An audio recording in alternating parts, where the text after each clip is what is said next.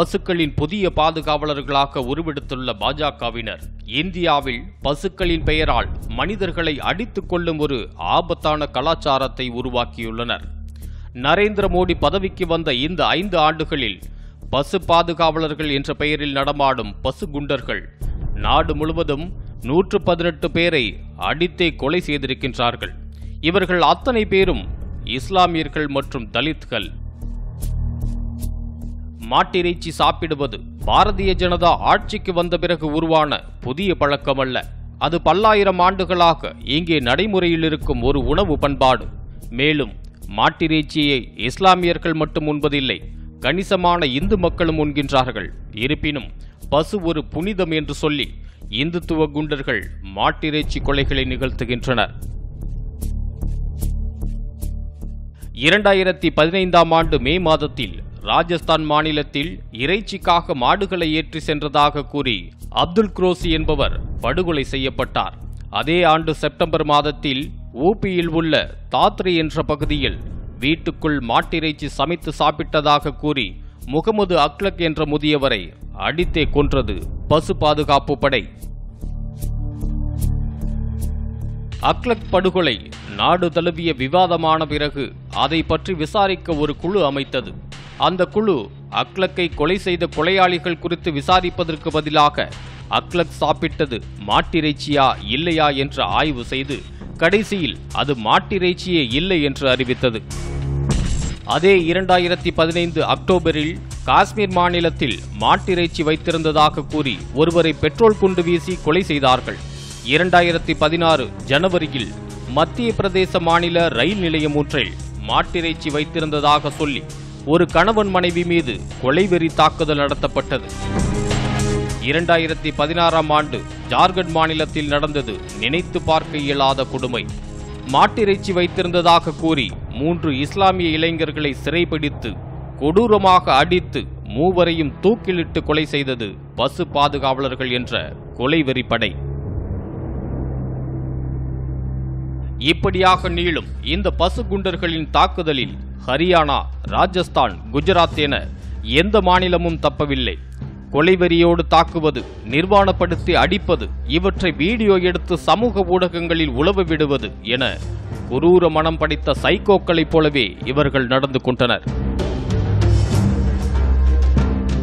2016 June மாதத்தில் ஹரியானா மாநிலம் குர்கானில் மாட்டிறைச்சி வைத்திருந்ததாக கூறி 2 பேரை மாட்டு சாணத்தை உண்ண வைத்து துன்புறுத்தினார்கள் பசுகுண்டர்கள். அதே 2016இல் மோடியின் சொந்த மாநிலமான குஜராத்தில் உள்ள ஊனாவில் ஒரே குடும்பத்தை சேர்ந்த 7 பேர் கொடூரமாக தாக்கப்பட்டனர். அந்த சம்பவம் வரலாற்று சிறப்புமிக்க உணா எழுச்சிக்கு வழிவகுத்தது. ஜிக்னேஷ் மேவானி என்ற புதிய அரசியல் தலைமையை இந்தியாவுக்கு வழங்கியது. இந்த மாட்டிறைச்சி படுகொலைகளை நிகழ்த்திய பசுகுண்டர்களை பற்றி பிரதமர் நரேந்திர மோடி ஒரு வார்த்தை கூட பேசவில்லை. மாறாக பசுமாட்டின் பெருமை பற்றியும் பசுமாடுகளை பாதுகாக்க வேண்டியதன் அவசியம் பற்றியும் பாஜகவினர் நாட்டு மக்களுக்கு வகுப்பு எடுக்கின்றார்கள். மாட்டிறைச்சி தடை சட்டத்திற்கு பிறகு வட இந்தியாவின் கவுபெல்ட் என்று அழைக்கக்கூடிய உத்தரப்பிரதேசம், மத்திய பிரதேசம் உள்ளிட்ட மாநிலங்களில் புதிய பிரச்சனை தலையெடுத்திருக்கின்றது. இதற்கு முன்பு பசுமாடுகளை வளர்க்கும் விவசாயிகள் அவற்றை பால் கறக்கும் வரையிலும் பராமரிப்பார்கள். இதற்கு மேல் பால் கறக்க முடியாது என்ற நிலை வரும்போது இறைச்சிக்கு அனுப்பிவிடுவார்கள். இந்தியாவில் மட்டுமல்ல, மாடு வளர்க்கும் பழக்கம் உள்ள உலகின் அனைத்து நாடுகளிலும் இதுதான் நடைமுறை. ஆனால் மாடுகளை இறைச்சிக்காக விற்கக்கூடாது என்றால் கறவை நின்று போன வயதான மாடுகளை என்ன செய்வது? இது விவசாயிகளுக்கு புதிய தலைவலியாக உருவெடுத்துள்ளது. கோசாலையில் கொண்டு வந்து விடுங்கள் என்று அரசு சொல்கிறது. ஆனால் போதிய எண்ணிக்கையில் கோசாலையில் இடமில்லை.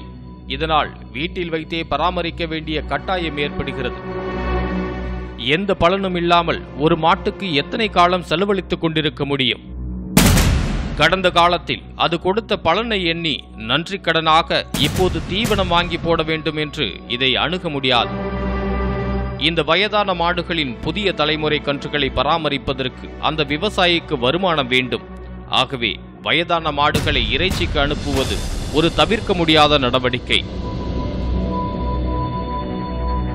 அரசின் தடைக்கு பிறகு விவசாயிகளால் மாடுகளை பராமரிக்க முடியவில்லை.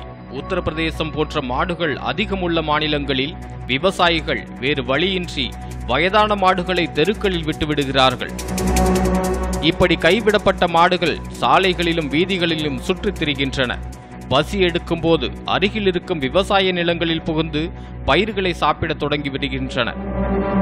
பல்லாயிரக்கணக்கான மாடுகள் இப்படி விவசாய பயிர்களை நாசம் செய்வதால் விவசாயிகள் கடும் நஷ்டத்தை சந்திக்கிறார்கள். ஏற்கனவே மாடுகளை விற்க முடியாத நஷ்டம் என்றால் இது புதிய வகை நஷ்டம். இதனால் எங்கள் பயிர்களை காப்பாற்ற வேண்டும், விவசாய வயல்களுக்கு மின்வேலி அமைக்க வங்கி கடன் வழங்க வேண்டும் என்று விவசாயிகள் உத்தரப்பிரதேசத்தில் போராட்டம் நடத்தி கொண்டிருக்கின்றனர்.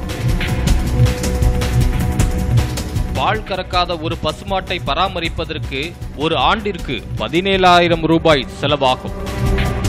இந்தியாவில் இருக்கும் 27 கோடி மாடுகளையும் கோசோலை அமைத்து பராமரிக்க வேண்டுமானால் இந்திய பாதுகாப்புத்துறைக்கு ஒதுக்கும் பட்ஜெட்டை காட்டிலும் 200 மடங்கு செலவாகும். இத்தனை ஆண்டு காலம் விவசாயிகளுக்கு லாபம் ஈட்டி தந்த ஒரு தொழிலை இல்லாமல் ஒழித்து கட்டி விவசாயிகளையும் பசுமாடுகளையும் நடுத்தெருவில் நிறுத்தியிருக்கின்றது இந்த மோடி அரசு.